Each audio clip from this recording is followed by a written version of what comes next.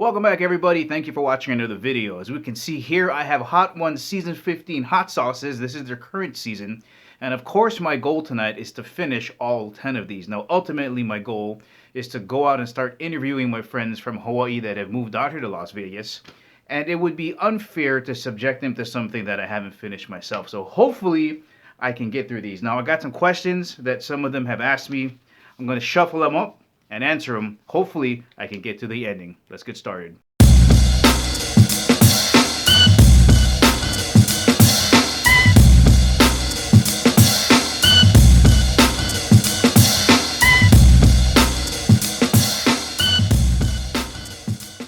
Alright, so up first is the classic hot sauce. This one is very watery when I poured it out, and it also smelled very sweet. Incidentally, this is one of the Hot One sauces.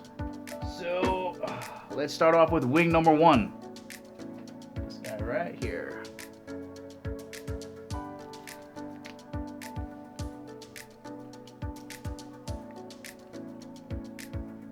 Yep.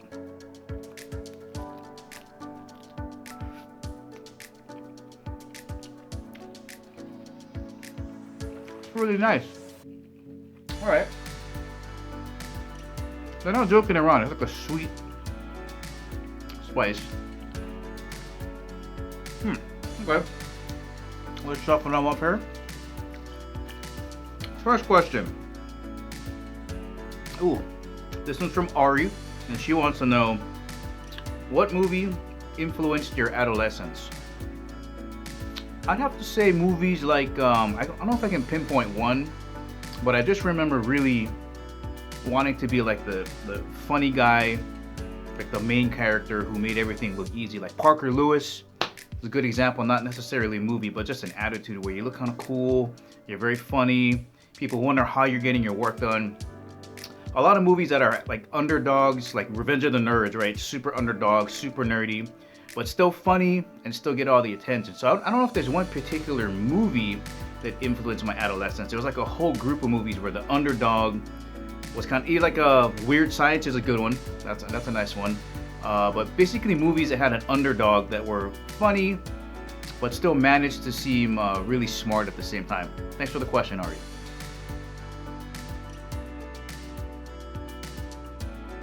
All right, hot sauce number two is this Jalapeno, and as you can see here, a little bit thicker.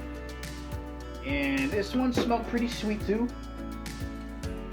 You can see here how it kind of held on there. The other one, because it was so liquidy, it's more like Tabasco, that first one.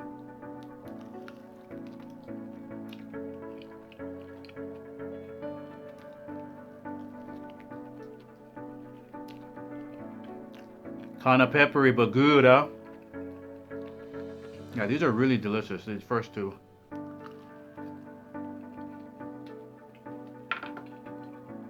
Honestly, it wasn't until the fifth one where I started opening it and it started making my stomach hurt just from smelling them. But that's really good. I recommend those first two. Alright. Shuffle them up. Next question is from Catherine. What's been your best adventure? Okay, I just went to Yellowstone. That was fun. But I think overall, one of the best adventures I had was the entire time that I spent out at Michigan State when I was in law school. So not to mention just being in law school, being academic, studying and getting into law school was a big thing. That whole environment of being in law school was great. And you wrap that up, being around Michigan State University. I had no idea where Michigan State University was. I mean, it's a massive school. It's almost the size of Honolulu. You can't see the end of it. They got all kind of weird types of majors there, like packaging, like the people that put this together. There's a college there for that. There's a turf grass management. There's 2 full-size golf courses, Forest Acres golf course. I worked on those golf courses. They had a short game facility. All of these really interesting experiences just added up to a really nice memories, like going over to Chicago, going down to Ohio Sandusky, going up to Traverse City, Grand Rapids, Mackinac Island, going to Michigan State basketball games. I was there when they won in 2000 with Mateen Cleaves and Mo Peterson. Going to night football games. I got to watch Drew Brees in his senior year out there. The tailgating situation at a Big Ten college, even if you don't have a winning season, just going to a football game in a Big Ten conference is insane. It's like a carnival all the way around the stadium. You go to people's stalls, they give you drinks, you play games like horseshoes or beanbag throws or whatever. It's a fun time out there, and I think as a whole, that probably was my best adventure altogether. I did a lot of growing up in a short amount of time while still managing to act like an absolute insane idiot. So I think that probably was my biggest adventure. Thanks, Catherine.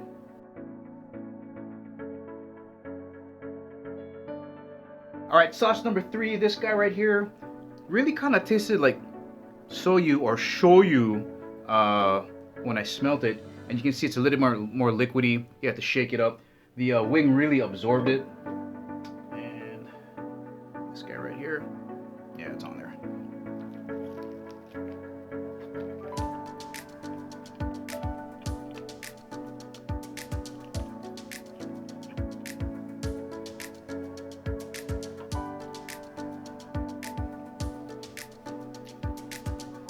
Yeah, got some tingles on the lip. I don't know if I like that shoyu taste.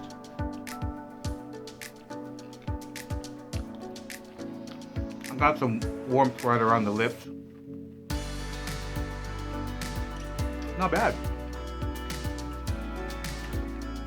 Shuffle. Ooh, now it's starting to spice up a little bit. Okay. Next question is from Joseph. If you could give advice to someone who wants to move here from Hawaii, what advice would you give? Is what's on here. First of all, for the people that are not thinking about moving out here and you're kind of on the fence, first thing is just do your finances, right? Just see your forecast with your current salary, your current bills. Are you going to be saving, have enough to save up for retirement? Ooh, that's really starting to spice up.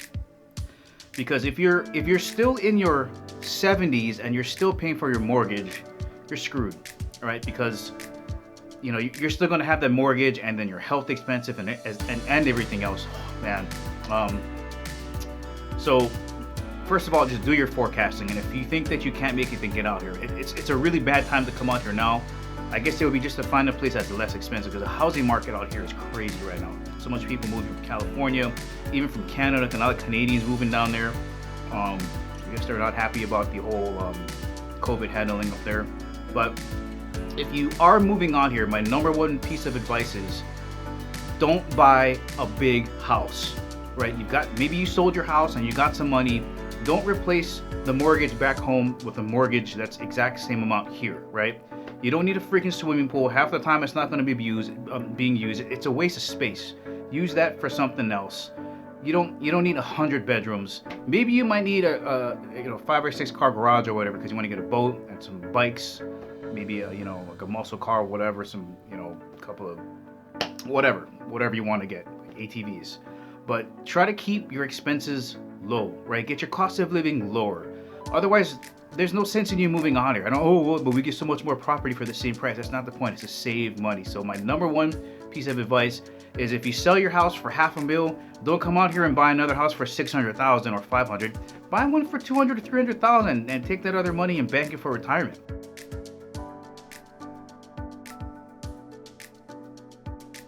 Okay, this is another hot ones. Las Calientes. This one, again, I had trouble getting this one out because it's so thick. These are the ones that I'm afraid of because they sit on top of the wing. And you really can't see that on the show because they don't show you on the wings. But see how it's kind of just sitting right on there? Yeah.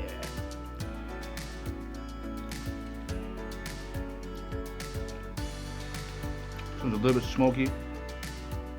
This one tastes like a legitimate barbecue sauce.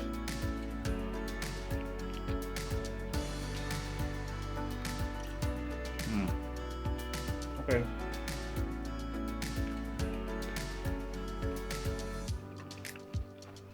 I know I'm fearing this one here. Oh. On this show, it's the regular bomb. This is the bomb evolution, so I don't know if that's going to change anything. Alright. Put the shuffle on. Daniel. Name a time in your life when you were amazed. So name a time in your life when you were amazed. I remember the first EDC I went to, right? I didn't know anything about EDC. I just knew it was in the Las Vegas Raceway. I had never been up there. And the first one I went to, you know when you go to a nightclub and you can hear the music on the outside, you hear, oh yeah, we're going into a nightclub. So it was kind of the same feeling. I mean, you park so far away from the actual raceway, so it's very faint. You hear, and then as you start to get closer, more people are starting to get toward the gates. The thumping gets a little bit louder, and when you get to the gate, there's a lot of people are excited. You can feel now the bass pumping in your chest, like doom, doom, doom. And I remember getting through the gate and getting pushed through a gateway, a tunnel, and it went from kind of a little bit light, and then it just went black. So we just people stumbling up this tunnel, and the music really started to intensify. So you're in this dark tunnel, and it was like boom, boom, boom, boom, and then you can see this little tiny light at the ending of the tunnel, and it gets closer, and the light starts getting bigger and brighter, and then you get to the very top, and it just opened up to the middle of the raceway, and it was just fantastic. It was like, for the first time in my life, I felt like I was at home.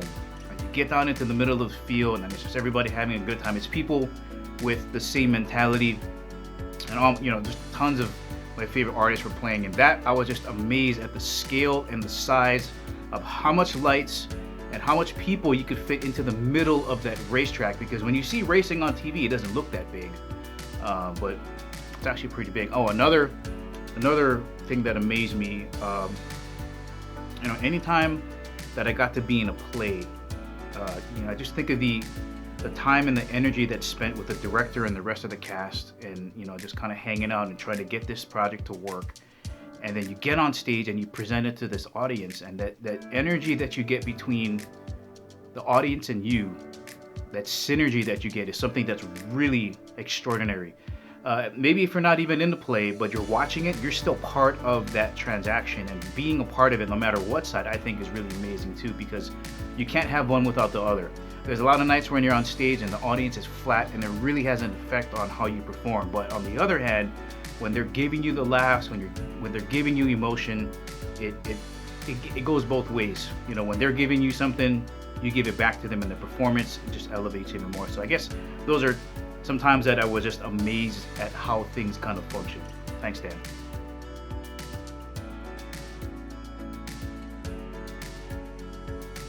All right, on to number 5. Halfway home, we got this ginger goat. Again, this one was a little bit thicker. In here, pineapple ginger hot sauce. Okay, so this one should taste pretty good, and it's one of those you can actually see it on here. You can see the coloring.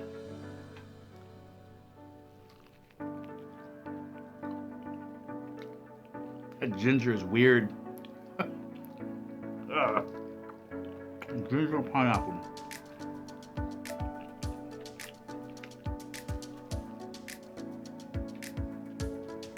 This is kind of refreshing.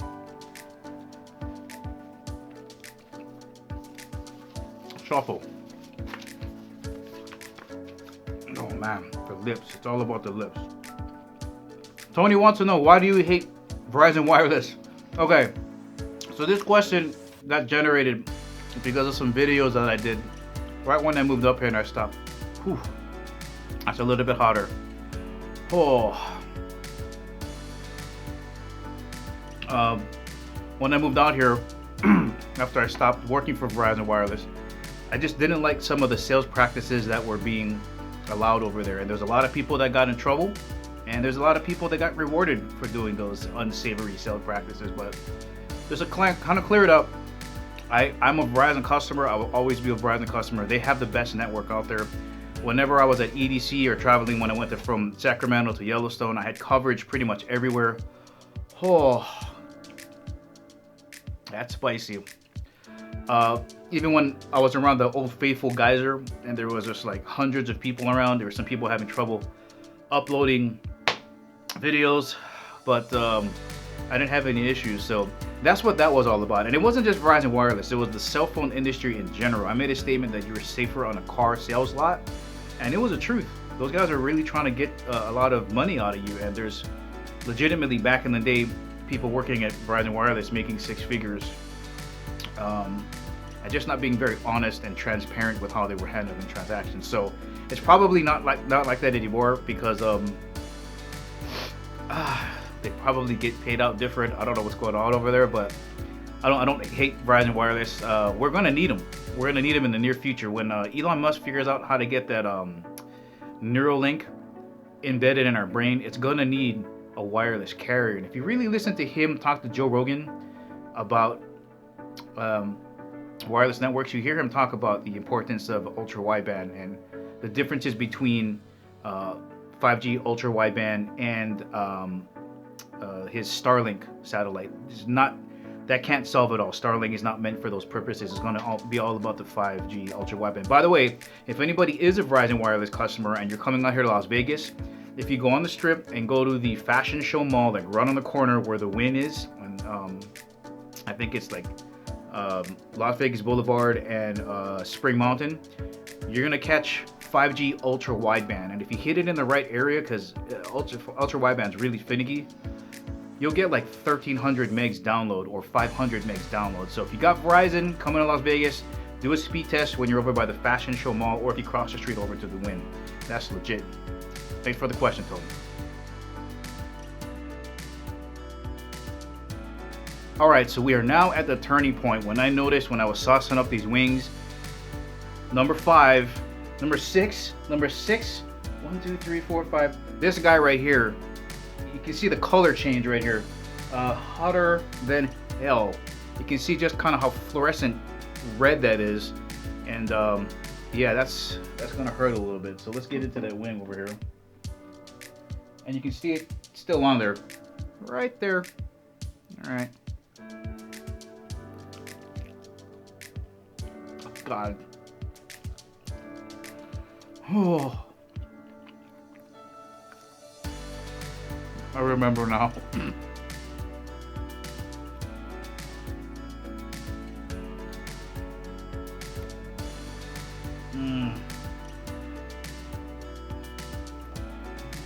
Oh, man.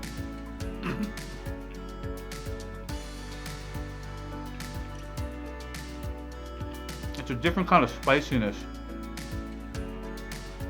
It's a different kind of heat.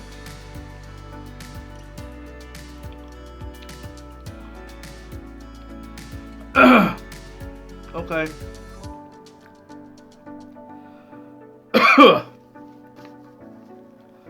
Ooh.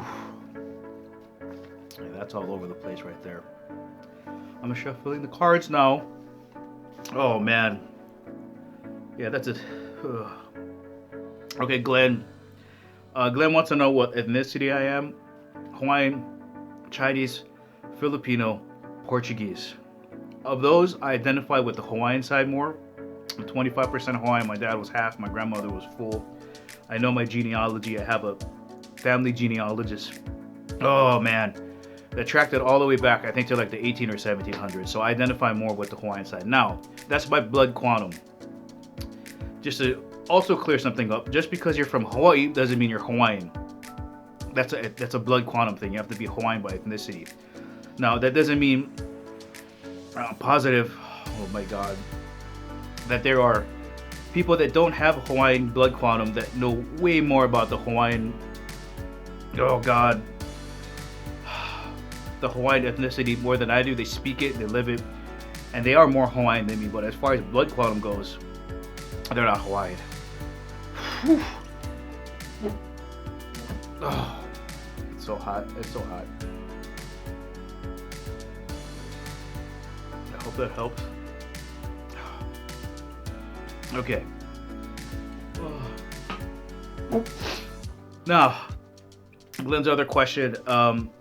There's also Polynesians as a, oh my God, Polynesian triangle, right? You got Hawaii at the top, New Zealand on the left, Easter Island on the right. Then you got like Samoa, Tonga, Tahiti, Fiji. We're all Polynesian.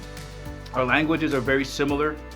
We all probably migrated from the same, whatever it is. We came from the same area. We're all Polynesian. Wow. then the last half, he wants to know about the culture in Hawaii. So out of the 4 ethnicities that I am, I'm gonna call them the big 5, and people can differ in opinion on this. But you got Hawaiian, Chinese, Filipino, Portuguese, Japanese. We all, as Hawaii, got oh my God. I'll just say a plantation. Those 5 ethnicities, we all lived on the plantation together. There was like the Filipino camp, Hawaiian camp, Japanese, and so on. Hawaii's modern day culture is now a blending of all of those cultures together, as well as newer ethnicities that have come over. But those 5 ethnicities, Japanese, Hawaiian, Filipino, Portuguese, Chinese, that kind of makes up the contemporary Hawaii. That is a culture in itself, which is kind of different than being just Hawaiian. Those all together make up, I think, the culture of Hawaii in itself. Thanks a lot, Glenn.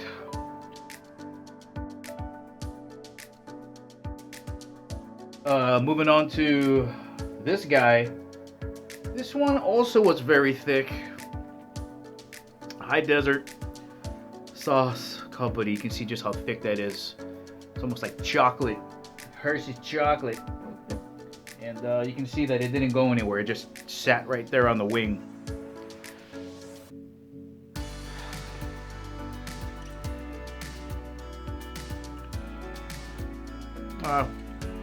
Tastes nicer than the other one.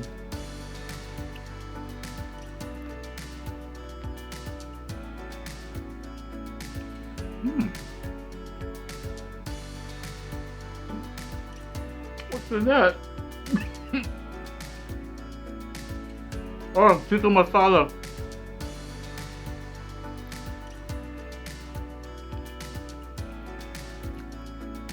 Yeah. Okay.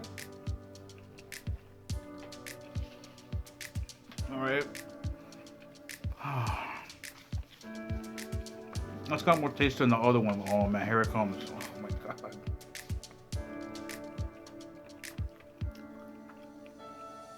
God. Tyson wants to know what I think about Hawaiian sovereignty. Okay. So kind of relating, oh my God, to Glenn's question about the Hawaiian culture.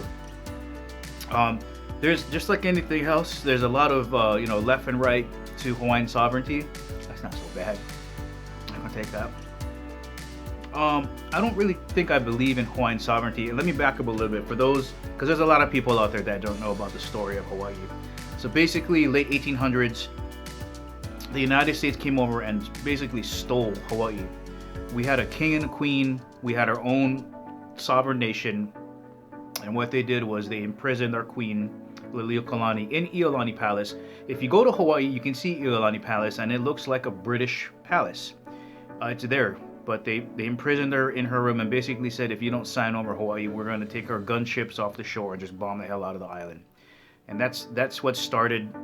I mean, this is oversimplifying everything. There's a lot of other political things going on, and this is not even talking about the, what happened when James Cook came over. Basically, what happened with every colonization. Oh my God, I can't call it colonization, but all the disease killed off a lot of the Hawaiians, and there's a lot of anger there. And technically, the people that are strongly backing Hawaiian sovereignty, they have a point. The United States is technically illegally occupying Hawaii because we had a king and a queen, and they basically ripped it away. So I don't necessarily support Hawaiian sovereignty because I don't know.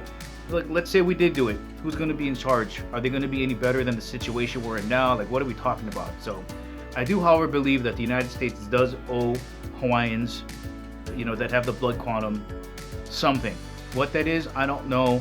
I just know that I'm not too big on the Hawaiian sovereignty piece, but I do think Hawaiian people should be compensated more than what they're getting now. I mean, we have Hawaiian homelands, which is not the best because, a lot of people can't afford even that.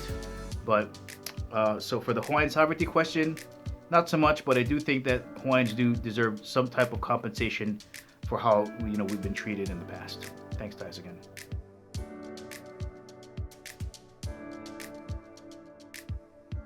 All right, we're moving on to the bomb. Now, this one here is not the one that's in the video. The one in the show on YouTube, the bottle is shorter. This is called the bomb evolution, and it says here that that this is our evolution, a more sophisticated bomb, brutal heat from some of the hottest peppers known to man. So this is not the same one from the series, but this looks fierce. It looks fierce. So we'll try it out there. It's one of those again. You know, it's thick enough so that it just sits right there on the wing. This is the one, guys. Here we go.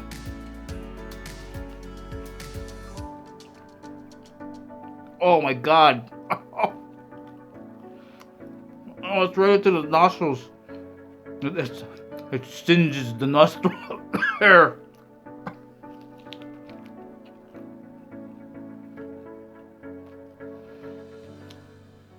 It almost tastes like a hotter version of salad.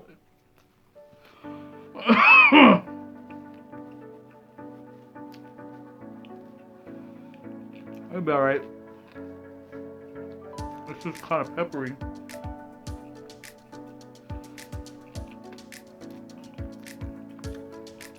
Oh my God. Whoa, whoa, whoa, whoa, whoa, whoa.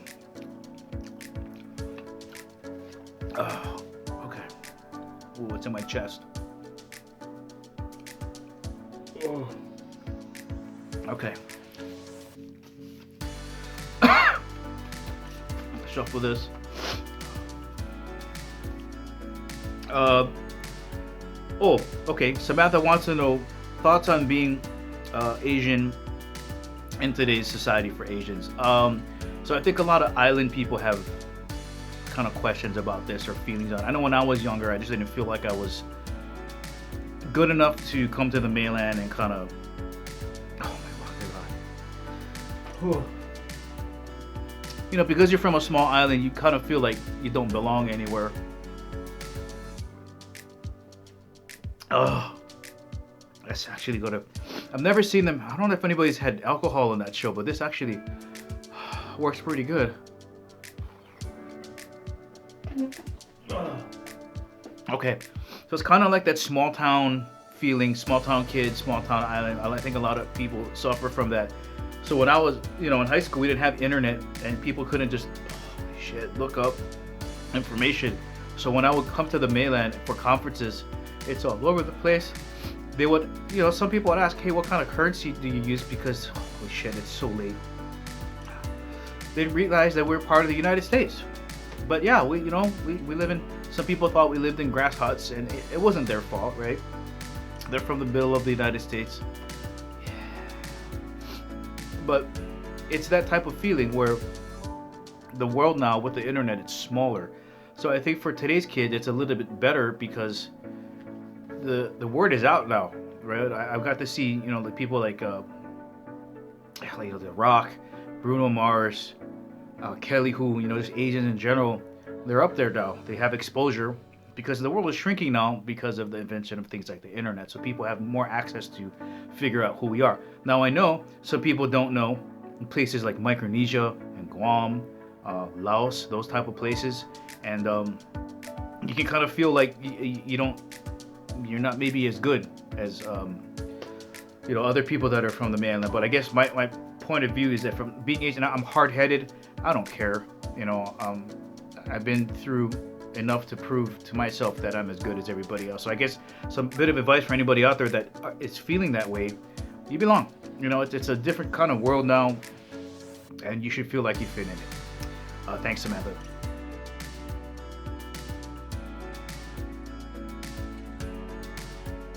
We got two left. This Scorpion Disco. This one was look how red that is. Jesus Christ, it's red. What was the thing I seen in here? I can't read that. I don't know why I can't even concentrate right now. Anyway, again, it's one of those that just sits on there. Absolutely just sits on there.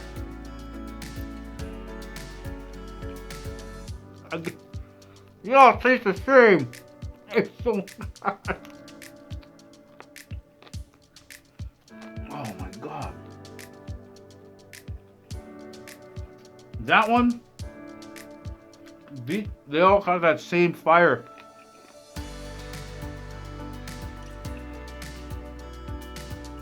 Oh, excuse me.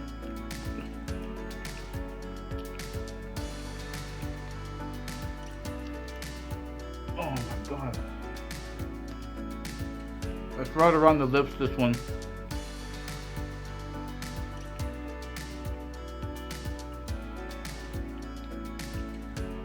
Alright.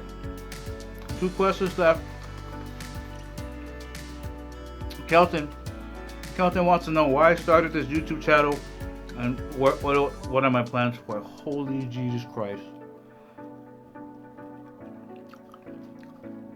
So I started this as a gun channel because I didn't know anything about guns. Hawaii probably one of the most anti-gun states out there, right? I wasn't raised with guns, but I came up here for EDC and we went to a gun range. I'm like, hey, this is pretty cool. God damn it. And I liked it.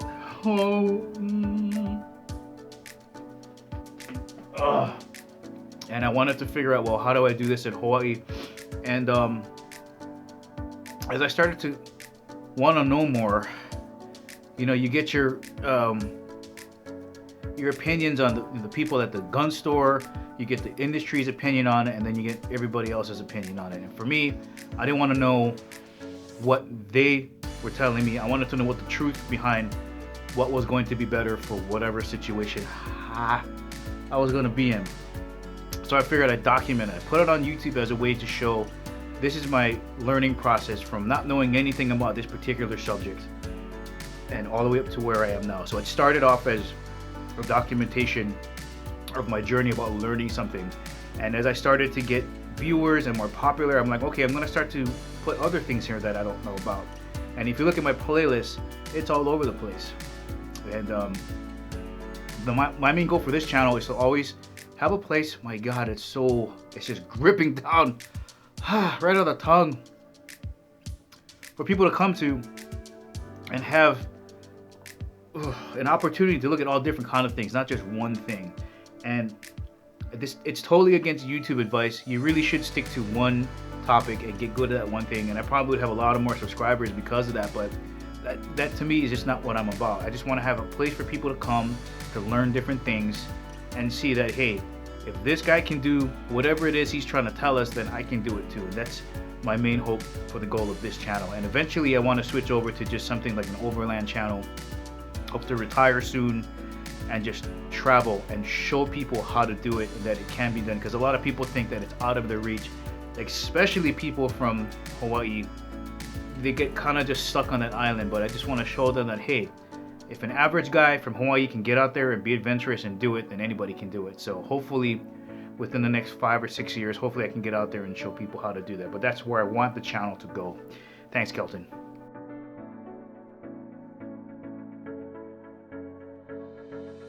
All right, I got one question left. That means I got one sauce left. And of course that means it's tradition around here that on the last wing, you put a little bit more on there. Sean Emmons, I hate you if you're out there. All right. Yeah.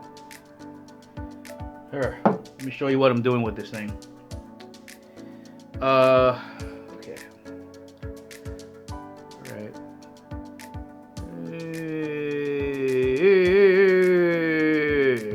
All right, I think that should be enough right there. All right. Oh, those two son of a bitch, man. Okay, there we go. Last dab. This is also one of theirs. I think they have 3. They got this one, and this guy. So they got 3 sauces in this pack. This whole thing was about $120.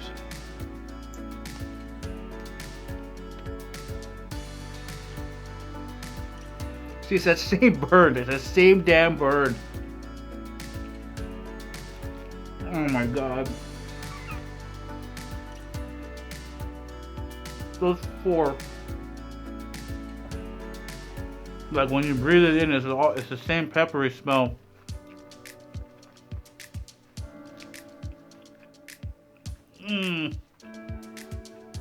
Last questions from Jason. If you could be, oh my God, if you could be doing something right now, what would it be? Okay. Oh man, it's getting numb and it's getting hot. I think the question is,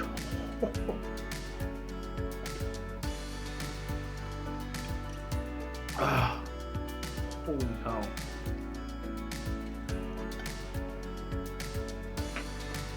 I think the question is referring to job-wise, what I would be doing or what else I could be doing for full-time.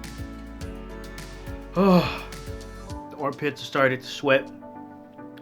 Crotch is a little bit wet. It's so bad. If I had to choose between golf, traveling, and acting, I'm a lifetime golfer. My dad taught me how to golf since I was 5. I would like to do that. Also, like to act. More plays. Oh my god. That's the bad one. More plays. If I can get into a movie, great. And then of course travel. One of those 3. If I had to pick, I'd probably say acting. Whew. Alright guys, that's the ending of this video. I hope you enjoyed it. Oh my god. If you want to check out the set, you can get it from heatedest.com. I'll leave a link in the description. Thank you for watching. I'll catch you in the next video. Woo!